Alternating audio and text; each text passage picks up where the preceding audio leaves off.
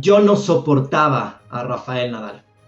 Recuerdo a este joven de 17 años que irrumpió en la escena del tenis internacional con estas playeras sin mangas, con estos colores muy vívidos y sobre todo con esta actitud en donde de repente cuando ganaba algunos puntos, los gritos, los brincos, parecían más que estaba celebrando un gol en el fútbol que realmente que estuviera en la cancha de tenis y que siguiera la etiqueta que deberían tener los tenistas. Y la realidad es que sí, que yo no tenía afinidad alguna y que realmente no me gustaba lo que hacía Rafael Nadal con su actitud, pero también no me gustaba, ¿no? Él como jugador no sentía ninguna afinidad y probablemente muchos de ustedes ya imaginen por qué también.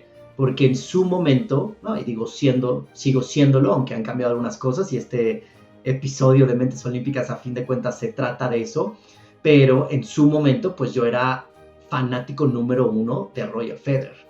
Y cuando llegó Rafael Nadal a los 17 años al Tour, pues de repente fue un parteaguas, pero sobre todo dos estilos, no solamente de cómo jugar al tenis, porque ciertamente son totalmente contrastantes el cómo jugaba Federer al tenis, el cómo jugaba Rafael Nadal, sobre todo digo, a sus inicios, ¿no? Un Rafa en donde tenía la mejor defensa del tenis, nadie defendía como Rafael Nadal, a Rafael Nadal le tenías que verdaderamente hacer 3, 4 tiros que otro jugador ya no hubiera llegado, que otro jugador ya hubiera fallado y Rafael los regresaba y no solamente los regresaba, sino que era capaz de repente regresarte uno y ya ponerse él en ofensiva o de repente con esas defensivas ser capaz incluso de ganar el punto. Entonces Rafa con un tenis extremadamente, no voy a decir defensivo, porque también siempre tuvo muchísimo poder, su derecha, ¿no? Con tantas revoluciones que cuando se le subía al revés a los jugadores, pues evidentemente generaba mucho daño y sobre todo con la potencia física,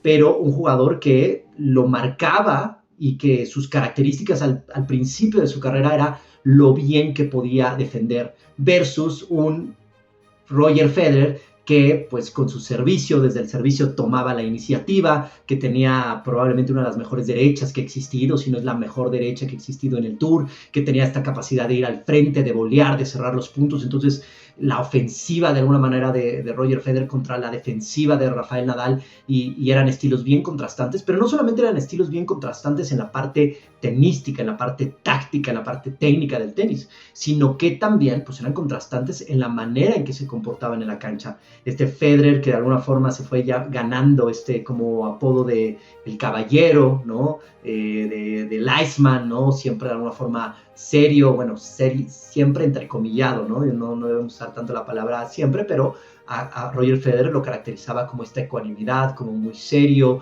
a veces le costaba trabajo celebrar puntos, de hecho creo que también en ciertos partidos con Rafa, en estos clásicos del tenis que se volvieron el ver a Roger Federer contra Rafael Nadal, muchos de los federistas pues sentíamos que a veces a Roger ahí le faltaba un poquito el meterse más a los partidos, el cerrar un poquito más el puño y gritar un poco más, el demostrar un poco más su carácter, a pesar de que nos gustaba obviamente esta parte de la ecuanimidad que mostraba, pero bueno, Federer pues era eso, ¿no? La ecuanimidad, el hombre frío, el hombre que de alguna forma difícilmente te celebraba un punto, que parecía que no sudaba, que no tenía que exaltarse emocionalmente para jugar a un nivel extraordinario, y del otro lado un jovencito que todo era energía, que todo era potencia, que todo era totalmente desenfadado en el estilo, ¿no? Y todo era gritos y pasión y energía, ¿no? Entonces también se dieron esos contrastes. Y bueno, yo en ese momento, cuando llega Rafael Nadal al Tour, que muy rápido empieza a brillar, evidentemente a los 17 años, pero pues ya con todo el spotlight, ¿no? De lo que se creía en aquel momento iba a ser un buen tenista. Si alguien podía garantizar que Rafa Nadal iba a lograr lo que logró, híjole, la verdad es que no le creo. Y yo creo que el mismo Tony Nadal, ¿no? Se imaginaba y lo he escuchado en diferentes pláticas, Tony Nadal, su tío que fue su formador y que fue su entrenador por muchísimos años, uno de los grandes responsables, sin duda, de lo que hizo Rafael Nadal en su carrera, junto con otros, evidentemente, personajes que estuvieron ahí, que son parte de su equipo de trabajo y que, como lo escribió en la carta Roger Federer, ¿no? Cuando le escribió estas palabras para despedirse de su gran rival y ahora de su gran amigo, pues decía, ¿no? También felicidades a todo el equipo, todas estas personas que te rodearon, porque sin duda son parte de este éxito. Y a veces pensamos, ¿no? Los que pues somos espectadores que vemos el deporte y sobre todo estos deportes individuales y asumimos que son solamente los atletas los que logran todos estos resultados, y la verdad es que detrás hay una interconexión con todo un equipo que es bien importante. Pero regresando al punto, yo creo que incluso a Tony Nadal, que debe ser uno de los hombres que mejor conoce a Rafael Nadal, no solamente en su parte personal, por ser su tío, por haber sido su formador, por haberlo tenido tantos años bajo su cobijo, sino tenísticamente también lo conocía y es una persona que le sabe muchísimo al tenis. Pues yo creo que ni él se imaginaba los éxitos que iba a llegar a tener Rafa Nadal a lo largo de su carrera, ¿no? Entonces, de alguna forma llegaba este joven que sí ya tenía este spotlight, pero que contrastaba directamente, ¿no? Y con estos estilos. Y para los federistas, pues evidentemente, punto número 1, generaba este contraste, pero punto número 2, ¿qué empezó a suceder? Que empezaron los encuentros, empezaron los partidos entre Rafael Nadal y Roger Federer, y pues ya el número 1 del mundo, el llamado a ser el mejor tenista de la historia, el que parecía tenía el tenis, y no parecía, creo que en eso hay pocas a veces, ¿no? Como pocas cosas en las que estamos convencidos los fans del tenis, ¿no? De repente el debate de quién es el más grande de la historia y si el tenis hubiera sido antes y si Rafa no se hubiera lesionado y lo que fuera, pero creo que hay hasta cierto punto un acuerdo en que pues Roger Federer es el que mejor ha expresado el tenis, el que ha tenido la mejor técnica, ¿no? La técnica mejor pulida, ¿no?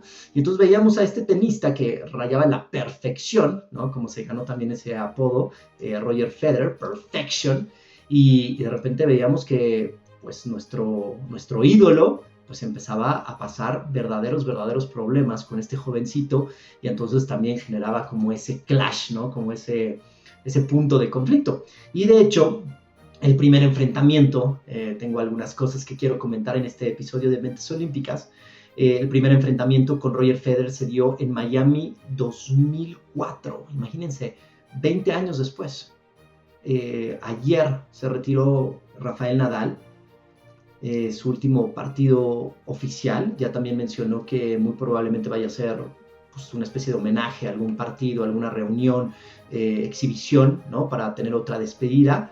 Pero bueno, ayer fue el último partido oficial como profesional, jugando la Copa Davis, le tocó perderlo, pero ayer, en este año 2024, ayer siendo 19 de noviembre de 2024, pues estamos hablando de un poquito más de 20 años de ese primer enfrentamiento con Roger Federer. Y algo que fue sorprendente es que precisamente en su primer duelo contra el tenista suizo, a los 17 años, Nadal sorprendió al mundo al vencer al número 1 del mundo en sets corridos, 6-3, 6-3 en la tercera ronda del Masters de Miami. Entonces de ahí de alguna forma se encendieron las alarmas. En ese momentito Roger pues también estaba en su pleno apogeo. Y sí, quizá en ese instante pues muchos pensaron que pues había sido un gran partido de Nadal, que había sido suerte de principiante, si lo quieren llamar de esa forma, si lo que sea. La realidad es que desde el primer partido empezó a marcar una tendencia de cómo la táctica o la técnica en el tenis, y sobre todo eso, ¿no? Esta parte técnica del tenis no lo eran absolutamente todo, y que si tenías... A ver, con esto no estoy diciendo en ningún momento que Rafael Nadal no tiene una técnica privilegiada, porque si somos muy ortodoxos en analizar sus golpes, sobre todo obviamente el golpe a la derecha o quizá el propio saque o incluso las voleas, ¿no? Técnicamente no son las mejores, ¿no? Nos podemos encontrar muchas mejores en esa expresión, pero la realidad es que a él le funcionaban perfectamente bien, y para lo que hacía, técnicamente estaba bien hecho. ¿Sí? Sí, siempre va a ser más vistosa la derecha de Federer versus la derecha de Rafael Nadal, pero no quiere decir que no tuviera una gran técnica, aunque no se viera tan estética, por así decirlo.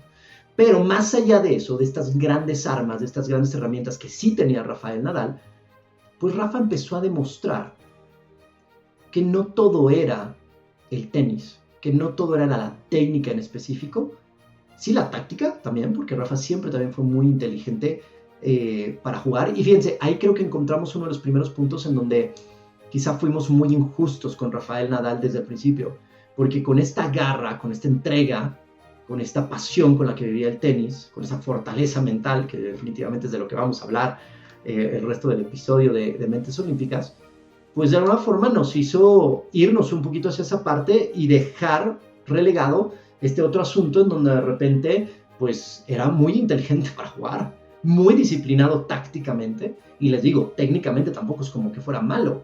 Quizá sus voleas no te pueden gustar, pero era un tipo, alguna vez le preguntaron, si no mal recuerdo, a Boris Becker, quién era el mejor jugador en la red.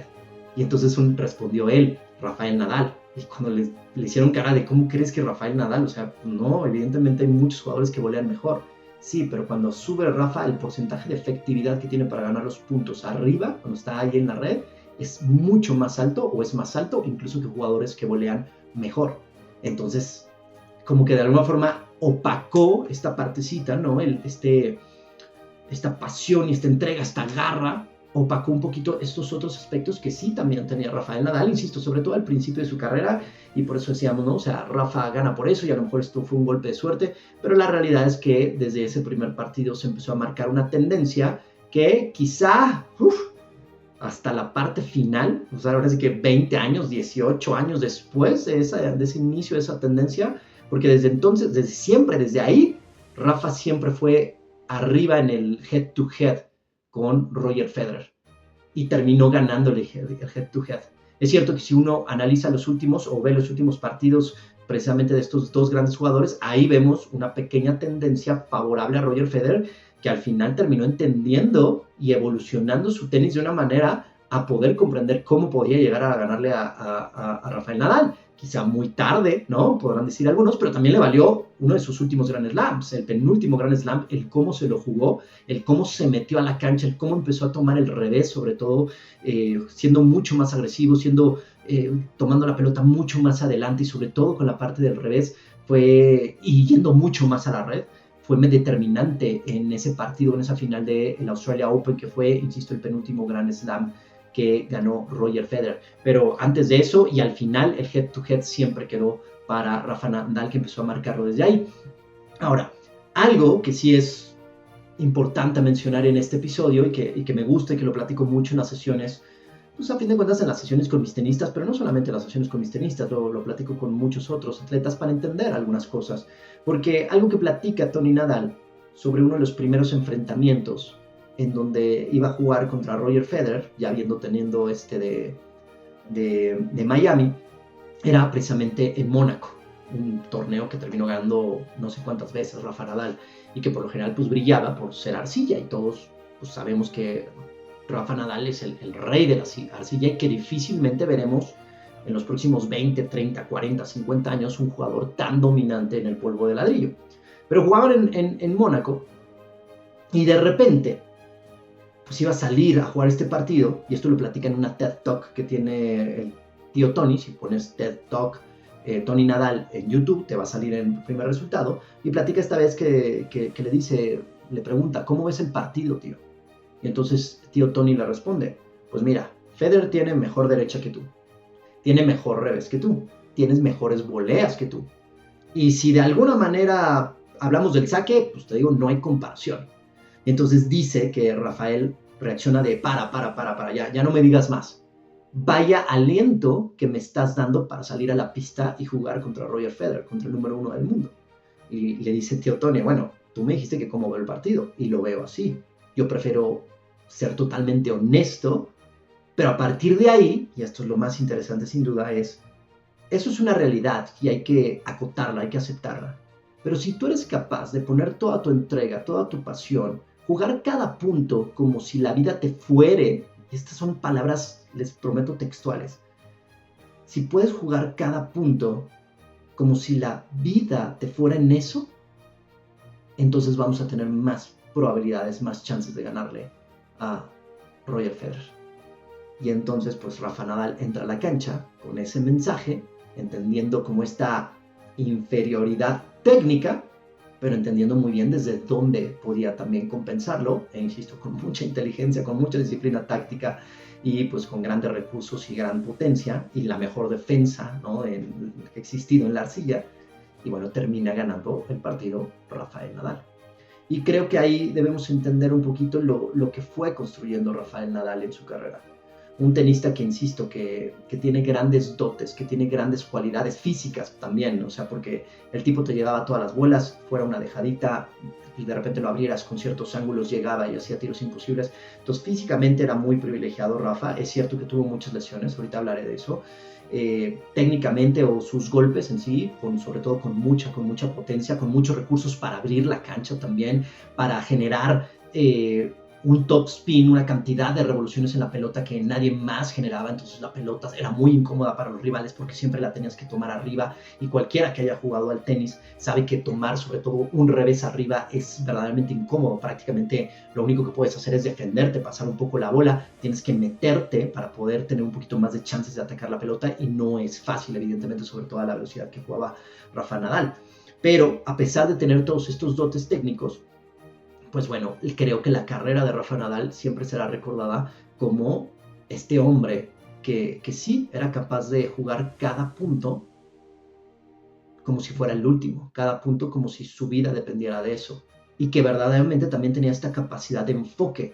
Ayer en la carta, algo que no me gustó de la carta de Roger Federer, he de confesarlo, digo, no es que no me haya gustado y al final haya estado mal, pero Roger en su carta dice que Rafa es hasta cierto punto supersticioso con todos estos rituales que tenía antes de salir a la cancha, a la hora de entrar a la cancha, a la hora de calentar, el acomodar las botellitas, el ponerse las calcetas, el hacer toda esta rutina antes de servir, todo esto que todos le vimos, estas, de alguna forma podríamos llamar manías, pero en realidad son rituales en donde Rafa Nadal, en lugar de ser supersticioso y pensar que eso le daba alguna suerte, era una manera de estructurar su mente, era una manera de poner su mente en algo que estaba en su control, que podía repetir, y que al mandarle sus mensajes al cerebro de, ok, esto, no sé cómo vaya a ir el siguiente punto, no sé cómo va el partido, ha habido puntos al pasado, hay puntos hacia el futuro que me preocupan, lo que fuera, pero sé que esto está en mi control. Esto y el siguiente punto.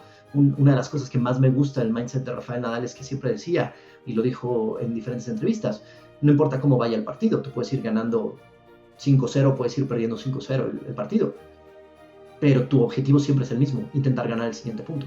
Entonces Rafa tenía esta gran capacidad, no solamente de luchar, de pelear cada punto como si fuera el último, sino tenía también esta gran capacidad de enfocarse verdaderamente en lo que estaba pasando en el momento presente a través de todas estas rutinas que rayaban un poquito en la obsesión, pero de alguna forma, como dice Andre Agassi en su libro Open, dentro de las miles de cosas que están fuera de tu control, un tenista debe, o un atleta debe, obsesionarse con las pequeñas cosas que están en su control.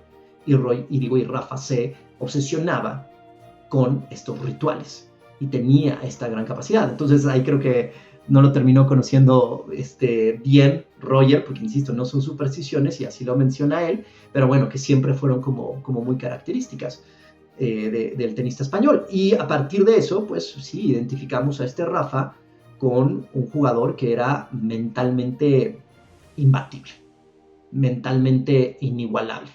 Ya hablaré de Novak Djokovic, que evidentemente fue un jugador que irrumpió también y que de repente se puso a la altura, que tuvieron duelos épicos, que el propio no le dice mi rival más importante, mi rival más difícil, el jugador más difícil que enfrenté en una cancha de tenis, sin duda fue Rafael Nadal. Y ahí sí era un duelo de titanes, porque, a ver, aquí no se trata de decir que Roger Federer era débil mentalmente, por supuesto que no, pero así como podemos decir era un poquito más dotado en otros aspectos. Si hacemos una comparativa entre los tres, sí creo que Roger estaba unas rayitas abajo de lo que era la fortaleza mental. Y ojo, no estoy diciendo en ningún momento que Roger Federer haya sido débil mentalmente, mostró su fortaleza mental en muchísimas circunstancias, en muchísimas situaciones, a veces contra Rafa Nadal, a veces incluso contra Novak Djokovic, aunque estos dos jugadores sí tenían un poquito más de esta garra, de esta entrega, de esta voluntad, sobre todo esta gana, porque si hablamos de ecuanimidad, pues Rafa es súper ecuánime. Djokovic no tanto, se puede recuperar muy rápido, pero no necesariamente lo caracteriza la ecuanimidad. Sabemos que es un jugador mucho más voluble. Rafa es súper ecuánime, es cierto, a veces con ciertos picos altos hacia celebrar, pero nunca hacia abajo y por lo general bastante ecuánime. Pero en donde creo que sí tenían un punto a favor era la voluntad, la capacidad o la capacidad de seguir luchando, de resistir una bola más y abrazar la incomodidad, de decir, a ver, si me tengo que quedar aquí, si tengo que sacrificar el físico, si tengo que correr un poquito más, si tengo que estar incómodo y pasar una bola más, lo voy a hacer. Y a veces Roger, sobre todo contra ellos, terminaba desesperándose y terminaba intentando pues, ejecutar o subir a la red o ejecutar un tiro con mucho más riesgo, y ahí es donde a veces venía o estos jugadores, Rafa y Nole, eran capaces de provocar errores en el tenista suizo. Entonces, sin duda, Rafa, vamos a recordarlo desde ese aspecto, aunque insisto, no debemos olvidar la otra parte porque fue muy dotado, y aparte eso también fue muy interesante de la carrera de Rafael Nadal, como al principio se vuelve el rey de la arcilla en el año 2005, ya decía yo que en el año 2004 es la primera vez que le gana a Roger Federer, 17 años, y no se tarda mucho Rafa Nadal en conseguir su primer Grand Slam, que fue en Roland Garros, y a partir de ahí se convirtió en el rey de Roland Garros y ganó 14 y parecía que lo iba a seguir ganando para siempre, y bueno, nada es para siempre al fin de cuentas, pero en el año de 2005 Nadal ganó su primer Roland Garros a los 19 años, derrotando en la final a Mariano Puerta. Este fue el inicio de un dominio histórico en la arcilla, en donde, pues, insisto, quizá pasen 20, 30, 40 años antes de ver un jugador tan dominante en el polvo de ladrillo. Pero aquí lo importante, y hacia donde quiero llevar ahora el episodio, es cómo Rafa no se quedó ahí.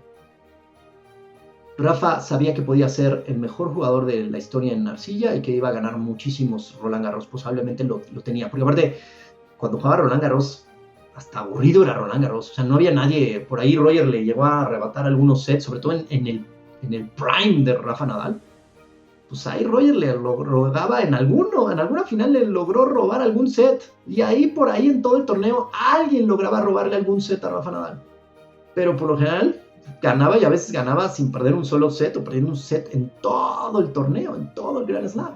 Entonces eran unas palizas y era un jugador verdaderamente tan dominante en la arcilla que de alguna forma pues eso ya le generaba como un legado muy importante, un seguro muy importante de lo que podía ser su trayectoria deportiva. Pero ahí Rafa también demostró su gran mentalidad y nunca se quiso conformar con eso. Y al principio, cuando, regresando al punto inicial, Rafa no generaba como tantas simpatías en los federeristas, pues no, lo rechazábamos un poco, queríamos limitarlo, ¿no? Y yo me acuerdo, y he de confesarlo, decir, sí, pero nada más va a ganar Roland Garros. No puede ganar en Wimbledon. No, porque, digo, ahorita voy para eso. Y es cierto, llega una primera final, no sé si se acuerdan, llega una primera final de Wimbledon, en donde Roger es capaz de ganarle a Rafa, pero ya desde esa final, la primera final de Roland Garros de Rafael Nadal, ya había demostrado algo bien interesante el tenista español, es decir, que estaba mucho más cerca de lo que pensábamos.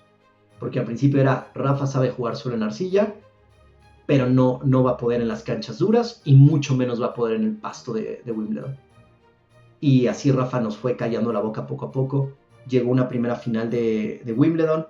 Para los federistas pues fue, pues yo creo que incluso más sufrida de lo que hubiéramos imaginado, porque si Nadal era así de dominante en la arcilla, Federer parecía que era así de dominante en el pasto. Pero Rafa nos enseñó que no necesariamente era de esa forma. Y en esa primera final le compitió. Al final terminó ganando Roger Federer. Pero ya había enseñado que la evolución había comenzado.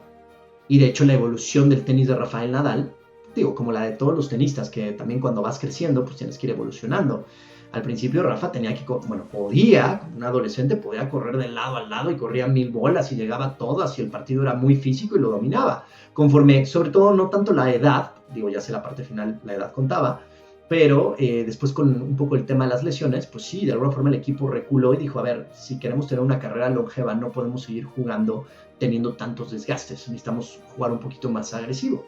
Y fue también parte de esa evolución de aprender a jugar no solamente a la defensiva, entrecomillado, sino empezar a meterse, empezar a ser un poquito más agresivo, empezar a tomar un poquito más la iniciativa de los partidos. Y esa es también la evolución que se fue dando para que Rafa empezara a encontrar cada vez mejores resultados en canchas duras y sobre todo en canchas o en la cancha de pasto, en específico en Wimbledon, ¿no?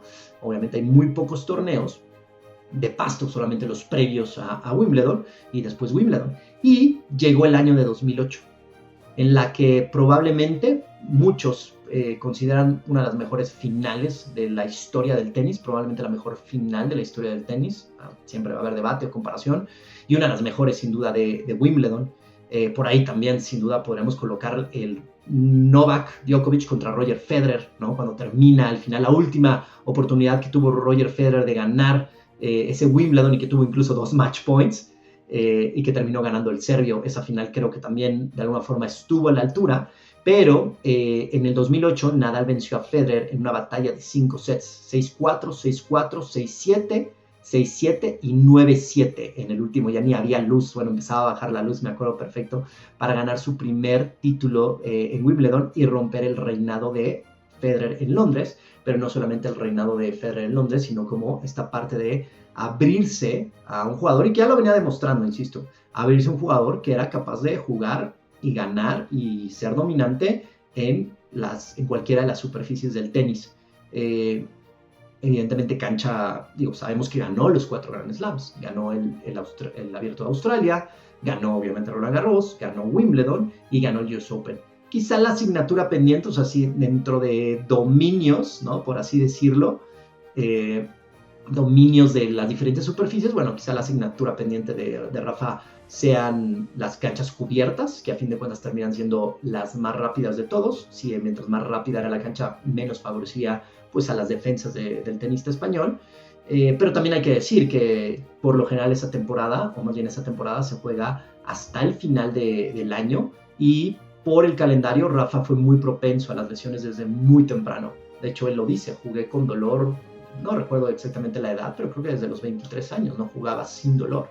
Entonces las lesiones fueron muy constantes, y sí, cuando llegaba esta parte final, cuando se juega el Masters, cuando se juega París, cuando se juega Shanghái, cuando se juegan estos torneos que son en cancha cubierta, Rafa no llegaba, pues ya lleva desgastado, a veces quizá con alguna lesión, y obviamente también ponderando qué es lo más importante, ¿no? Que llegó a ser número 1 del mundo, muchas veces al final del año se define también el número 1 del mundo, pero ¿qué es más importante? Coleccionar los Grand Slams, ¿no? O de repente pues terminar siendo el número 1. Pero insisto, tampoco fue esto un obstáculo para que Rafa Nadal tuviera por muchas semanas el título de ser el número 1 del mundo.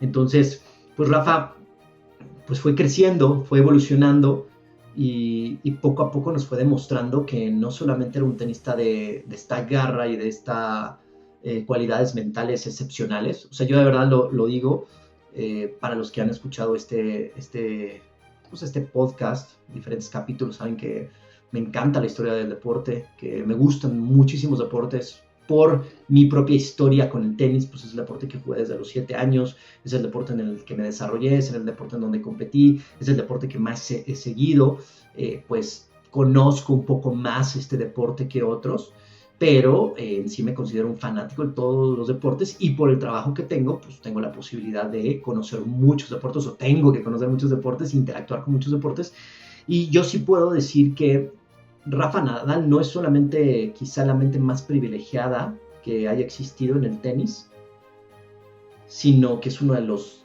atletas más fuertes mentalmente, hablando de todos los deportes en general. Porque en sí, de entrada, siendo un deporte individual, siendo un deporte sobre todo los partidos de Grand Slams, ¿no? En donde pueden llegar a durar 5 horas, 4 horas, ¿no? Y la batalla individual, y de alguna forma estás solo, y un deporte tan mental, y un deporte donde tienes que manejar la presión, y un deporte donde tienes que cerrar. En el tenis puedes ir ganando 5-0, pero si no terminas ganando, si no concretas los puntos, no vas a terminar ganando. O sea, hay muchas cuestiones que hacen también al tenis un deporte bien complejo mentalmente, y físicamente, y adicionalmente con este tema de repente, incluso la competencia que hay, también es un deporte muy competido, es un deporte individual, y bueno, eso, y pones ahí a la mente de Rafael Nadal y lo que fue capaz de hacer Rafael Nadal definitivamente para mí es una de las mentes más fuertes que ha existido en la historia del deporte. Y era un tenista que todo el mundo lo sabía, que podías irle ganando en un Grand Slam 2-0 y no podías dar muerto a Rafa Nadal. Era capaz de regresarte ese partido. Y a veces cuando estaba en la lona era cuando mejor jugaba, ¿no? Es como mucho este apodo, ¿no? A fin de cuentas el logo de Nadal tiene que ver con un toro, y justo eso, ¿no? Lo que demostraba el simbolismo puede ser esta parte en donde cuando le metes la puya cuando le metes la puya al toro, el toro evidentemente, ¿no? Va a reaccionar y se va a poner, va a mostrar de alguna forma su bravura. Y Rafa Nadal así era, cuando lo tenías en la lona era cuando más demostraba sus capacidades mentales. Y de alguna forma así fue ganándose poco a poco pues todos estos adeptos, fue creciendo. Los logros que tiene, digo, nada más para ahorita los decimos rápido, pues digo, para mí, no voy a entrar en comparativas o en debate de quién es el mejor tenista de la historia. Sí creo que, como se menciona y como lo ha dicho el propio Tony Nadal, y como lo ha dicho Nadal, quizás si las lesiones hubieran respetado un poquito más a Rafa, estaríamos hablando de algo todavía más espectacular de lo que hizo. Rafa Nadal ganó 22 títulos de Grand Slam, el segundo tenista con más títulos de Grand Slam. Evidentemente el primero es Novak Djokovic con 24. Ganó 5 veces la Copa Davis, ganó una medalla de oro en Juegos Olímpicos en Beijing en singles, ganó una medalla de oro en Juegos Olímpicos en Río, ¿no? También. Ganó 92, si no mal recuerdo, 92 títulos en su carrera profesional. Fue número 1 del mundo por muchas semanas. De hecho, creo que tiene el récord número 3, ¿no? El tercer tenista que más ha ocupado en semanas el número 1 del mundo. Y bueno, lo que hizo Rafael Nadal, a partir de la carrera que construyó, pues definitivamente es alucinante, inimaginable. Y hacia donde quiero llevar la parte final de este episodio en particular es porque cuando Nadal irrumpió en la escena del tenis mundial, yo todavía estaba en la universidad, todavía estaba jugando al tenis, todavía no me dedicaba a ser entrenador mental, y desde ahí veías el tenis desde otro lugar. Y les digo, mucho desde mi fanatismo a Roger y ver en Rafa a su némesis. Pero así digo, y curioso, ¿no? Porque así como la carrera o la carrera de estos dos grandes jugadores, de estos dos ídolos, pues los fue acercando y fueron encontrando pues diferentes puntos en común y fueron apreciándose a pesar de esa rivalidad. A mí en específico como entrenador mental, pues obviamente cuando me fui adentrando y cuando empecé a entender más y cuando empecé a hablar de lo que verdaderamente era importante en el deporte, sobre todo en este aspecto de la aptitud, de la energía, de la entrega, de la voluntad, de la lucha, de cómo entrenas todos los días, de tu ética de trabajo, pues obviamente Rafa Nadal se fue ganando muchísimos adeptos en mí. No era, y con esto no estoy diciendo que Roger no los tenga, porque también Roger tiene como esta maldición, lo he dicho también en otros episodios, ¿no? A Roger muy injustamente le decimos que era el talentoso, era el que tenía el don de jugar al tenis, y que por eso parecía que no tenía que trabajar. Y de hecho Roger Federer tiene muchísima bronca con que le digan eso, porque dice, trabajé mucho más de lo que muchos imaginaron y mucho más de los que trabajaron mucho. Digo, los que estuvieron ahí, trabajé mucho más que estos tenistas que estuvieron conmigo para llegar, ¿no? A donde yo tenía que llegar.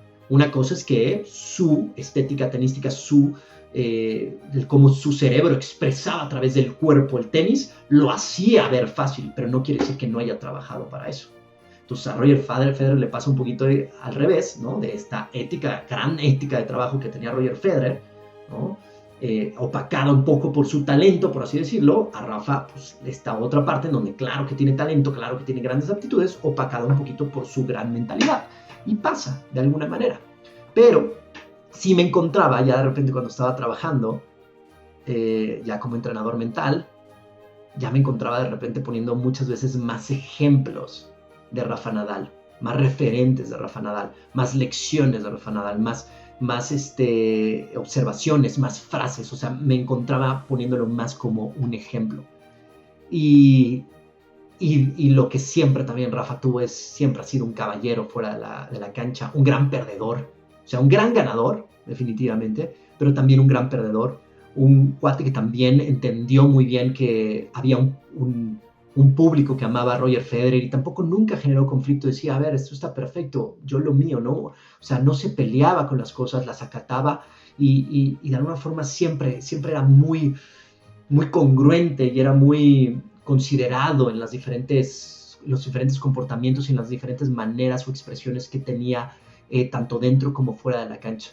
Entonces creo que así poco a poco se fue ganando muchos adeptos en mí y hoy veo, ¿no? Si me preguntan, a ver, sigo siendo federista. Roger Federer es el jugador que más me ha hecho emocionarme, definitivamente. En esa última final, ya cuando evidentemente les digo, ya tenía muchos adeptos por Rafa y por su gran ética de trabajo y por su gran mentalidad, pero obviamente en esa última final de Australia, de Rafa Nadal contra Roger Federer, pues le iba a Roger Federer y me emocionó muchísimo ver a Roger Federer, y si jugaban Roger Federer y Rafa Nadal, le iba a ir a Roger Federer porque siempre sentí más simpatía por él, pero sí ya me pasaba que de repente veía otros partidos y si jugaba Rafa Nadal contra Novak Djokovic, pues obviamente estaba con todo a Rafa y contra muchos otros jugadores. Y eso, insisto, no digo, no le importará ni tantito, evidentemente, a Rafa Nadal que se haya ganado esto en mí, pero habla mucho, o sea, creo que seguramente le ha de pasar, y es más, conozco a muchos de mis amigos, también tenistas, que compartimos más o menos el mismo punto de vista, que al final es como todo admiración, así como también lo he dicho hacia Novak Djokovic, y también he dicho, hay cosas de Novak Djokovic que siguen sin gustarme. No, para mí Djokovic no se ha ganado estos adeptos. Respeto mucho más a Rafa Nadal como un atleta integral, ¿sí?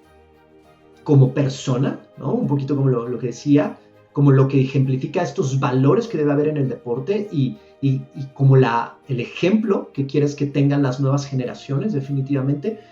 Definitivamente pongo todas mis canicas en el lado de Rafael Nadal. Nunca dejaré de reconocer lo que ha hecho Djokovic, su capacidad mental, su voluntad, su entereza, su disciplina, sus ganas, ¿no? De querer más y más y más y más, y sobre todo la gran capacidad de reinventarse, de repente tener estos 2-3 monstruos que existían en el tenis y la capacidad de reinventarse para ponerse ahí también, y no solamente eso, sino superarlos en números y en partidos, pues es algo que tenemos que admirar. Y entonces sí me encuentro esta parte en donde admiro eso de Novak Djokovic, pero no necesariamente admiro otras cosas. Y creo que de Rafa Nadal, híjole, que no admiro de Rafa Nadal. Entonces de alguna forma sí, no quise dejar pasar esta oportunidad para grabar este episodio y hablar de esto último. O sea, ahí están los números de Rafa. Pero justo Rafa decía en su despedida, yo quiero ser recordado como una persona buena, un joven de Mallorca que de repente persiguió sus sueños, y eso es lo que más me interesa que recuerden a mí, y eso habla muchísimo del tenista, en donde claro, los resultados son importantes, pero a Rafa le parecían más importantes otras cosas, y así se comporta y así vive su vida, y eso pues de alguna forma genera, ¿no? Genera una emoción y genera como este punto de simpatía en donde de repente, claro, ¿no? Porque resultados van y vienen, pero debe haber algo que es más importante, y es a fin de cuentas el cómo haces las cosas. Entonces, pues sí, quería grabar este episodio para hacerle un breve homenaje a Rafa Nadal, sobre todo pues, para las personas que escuchen esto, ¿no? Y sobre todo los jóvenes que de alguna forma entiendan que no todos son resultados, que no todo es el ganar, que no todo es el que te vean como el mejor, que no todo es eso, sino que desde la actitud, desde la disciplina, desde la entrega, desde la ética de trabajo, pero también desde entender esta parte que, a ver, sigue siendo un juego, y es importante, y es un juego, y para ellos es su trabajo, pero pues hay cosas todavía más importantes en la vida. Entonces hay que tener eso muy en claro, y creo que Rafa Nadal, a través de su carrera, emitió muchísimos estos mensajes y dejó este gran ejemplo en muchísimas personas, y seguramente seguirá, ¿no? Por muchos más. Entonces, bueno, quería terminar de leerles algunos highlights de la carrera de Rafa Nadal, ya nada más para cerrar. Ya había hablado yo, el punto número 3, la épica final en Wimbledon. Después el Golden Slam, cuando completó con su victoria en el US Open, de 2010. Nunca Nadal va a completar el Golden Slam, ganar los 4 grandes. Nadal no había ganado el US Open, pero con su victoria en 2010, Nadal completó el Golden Slam de la carrera, ganar los 4 Grand Slams y también el oro olímpico, por supuesto. Después su dominio en Roland Garros, ganando 14 ocasiones, un récord que difícilmente veremos en muchísimos años, quizá no lo tocará verlo a nosotros. Oro olímpico individuales, ya lo había mencionado, en Beijing. Superó las lesiones y ganando el US Open, eso también, su capacidad de resiliencia, de repente de venir procesos de lesión bien complejos y recuperarse. Después de una larga recuperación por lesiones, Nadal regresó para ganar el US Open en 2013 derrotando a Novak Djokovic en la final. O sea, por eso insisto, y a ver, no quiero comparar porque los que le vayan a Djokovic probablemente tengan un punto muy diferente, pero no fue la única vez en donde Nadal fue capaz de hacer esto, ¿no? De que venía sin juego, venía de un proceso de lesión y de repente llegó al Grand Slam y en el US Open lo hizo, pero también lo hizo en Roland Garros. Después en Roland Garros, cuando todo el mundo pensaba que en la última semifinal que jugaron, el último título que ganó Rafa de Roland Garros, por cierto, y que le había ganado previamente Nadal a él, por eso de alguna forma pensábamos, no, pues ya ni siquiera Rafa va a poder ganarle a Djokovic en Roland Garros. Y Rafa Nadal jugó uno de los partidos más espectaculares en aquella, si no recuerdo, semifinal. Entonces, bueno, superar lesiones y regresar para ganar estos títulos. Récord de los títulos de los Masters 1000. Nadal ha ganado un récord de 36 títulos de Masters 1000, empatado con Djokovic. Récord histórico de 22 Grand Slams, aunque el récord, pues obviamente sabemos que lo tiene el tenista serbio. Y después la victoria, el punto número 10, la victoria en el Australian Open 2022, tras un regreso épico de nuevo, ¿no? Nadal, aparte de ese partido, ¿quién no lo recuerda? Otra vez, después de un proceso de lesión, Nadal incluso jugó ese último gran año de Rafael Nadal, porque también fue cuando se dio ese partido de Roland Garros que hablaban previamente, pero después de esta lesión y jugando con el pie, decía que estaba hasta dormido, Sofía creo que ni lo sentía. Nadal remontó un déficit de 2 sets en contra Daniil Medvedev para ganar su segundo Australian Open y consolidarse como uno de los mejores competidores de todos los tiempos.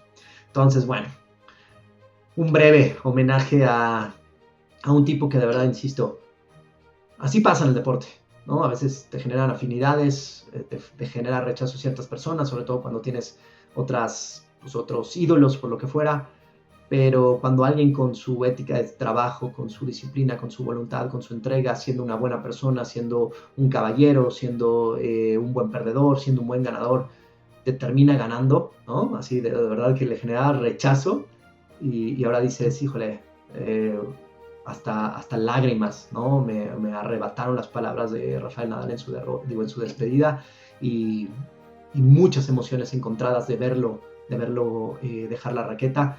Pues, ¿qué puedo decir? O sea, un hombre que se gana, o sea, que se merece, a fin de cuentas, todos estos honores y todos estos homenajes y la admiración de todas las personas, porque si todos pudiéramos poner el empeño que Rafael Nadal puso en su carrera a cualquier ámbito de desarrollo en el que estemos, ¿de qué seríamos capaces?